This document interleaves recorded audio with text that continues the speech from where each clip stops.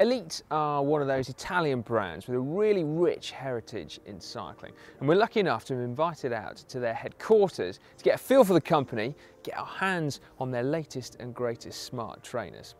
Oh, and also have a look around their blast furnace.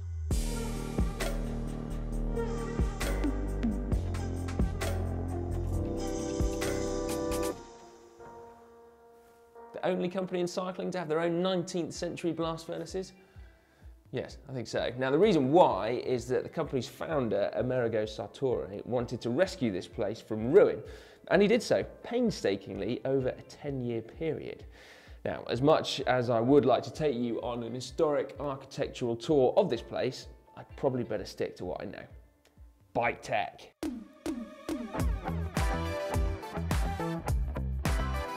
This is Elite's showroom, and in here we can get a little bit more of a feel for the brand. They're probably most famous now, I guess, for water bottles and cages, but they started out 40 years ago, and their first product was, come on cycling trivia nerds, you got this, the San Remo roof rack. Oh yeah, you guessed that one? Now they still make racks, they make bike stands, they make bike bags, but it's their trainers that we're really keen to get a look at today, and in particular their smart trainers. This one being a deconstructed top of the range Drivo. There is a whole load of cool tech going on, some of which is responsible for measuring your power output to an accuracy of 1%. Other bits are responsible for allowing it to interact with software like Zwift. Let's get a little closer look, shall we?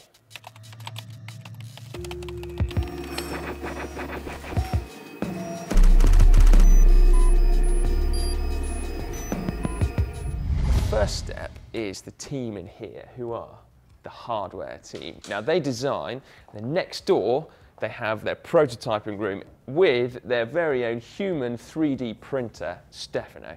Now in this machine shop he can create anything, but just in case he can't, then next door they have an actual 3D printer just to finish the job, along with a load of other very cool looking, slightly retro tech, including a Ritchie Z-Max mountain bike tyre from about 2001, and this contraption here, including vintage SRM, which tests prototype trainers. A machine to test for the effects of a 96 kilo rider with a frankly terrible pedalling technique. Now this fairly gentle looking test is actually simulating over 1,000 watts going into the power sensor here, so it's measuring fatigue life. When all the hardware is laid out in front of us, it looks quite complicated, so I'm going to try and pull out the two most important components. Firstly, this one here, which is the step motor. Now that's the bit that's responsible for automatically adjusting the resistance, either depending on what you tell it to do, or more usually these days, perhaps a computer program like Zwift will tell it to do. And it works by putting electromagnets closer to or further away from a flywheel to either increase or decrease the resistance. Then, over here, we've got what's called the OTS, the optical torque sensor. Now this is the power meter. The technology has actually been around for a little while, but this is unique to Elite in the home trainer world, and it's also really the first time that it's been utilised effectively for cycling. Now, it works by having these two toothed cogs pushed onto either side of an axle, which looks like this. Now, under torque, the positions of the teeth will change relative to one another by tiny amounts, but they will be detected by the laser sensors. Now, there's two on the Drivo, only one on the Diretto, which is slightly less expensive. Now, to put into perspective how much they move, if you were putting out 2,500 watts, and I'd say congratulations to you if you are, but these teeth will be moving by just 2 millimeters. Now, bearing in mind, it can also detect if you're pedaling at 10 watts, you can see how finely calibrated the system is. And it will also be measuring you at 300 times per second. Now, watching this particular unit being assembled is quite a satisfying process, but in order to see it, we're actually going to have to leave the Elite facility just very briefly and drive a few minutes down the road.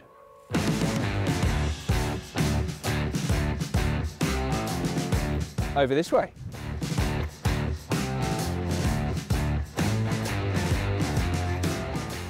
So this is the assembly line for smart trainers. I think that's a Drivo being made just there.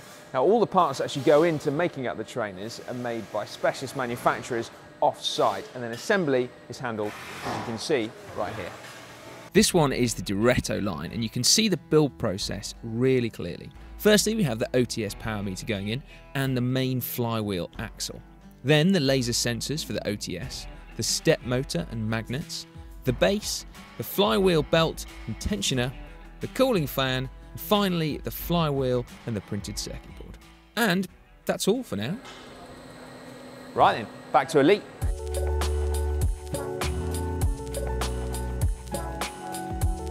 We've got our assembled smart trainer now, but it's not doing very much, because first we need to give due credit to the team in here, the software team.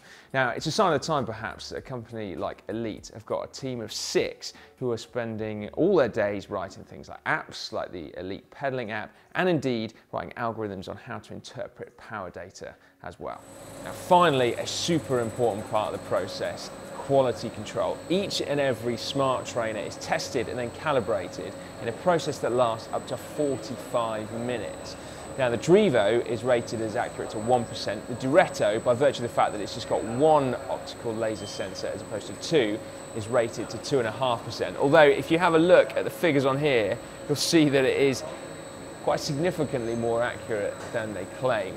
Now, it's a 10-point calibration process, and that will allow them to see a power curve of the trainer. They can then compare it to known values from the test rig there. Then they can make any changes to the algorithm in the software, meaning that it's bob on when you get it.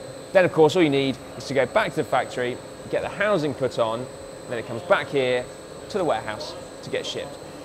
Now, when we said that every interactive trainer goes through this quality control process, we really mean it, including these, the Areone digital rollers. Now, given that they are unique to Elite, this machine is therefore also unique in the world, they think. It works in a similar way though, so we've got a motor there putting out a known power, and then they can therefore calibrate it with a known resistance going into the rollers. And apparently this machine saved poor Alessandro from quality control from actually having to ride the rollers himself. Every pair.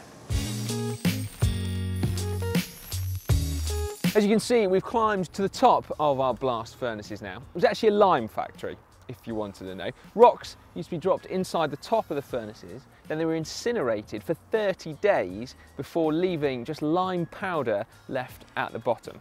It actually got up to 1,000 degrees centigrade inside these. So hot, in fact, that the chimneys then needed another 30 days of repair work in order for another batch to be made.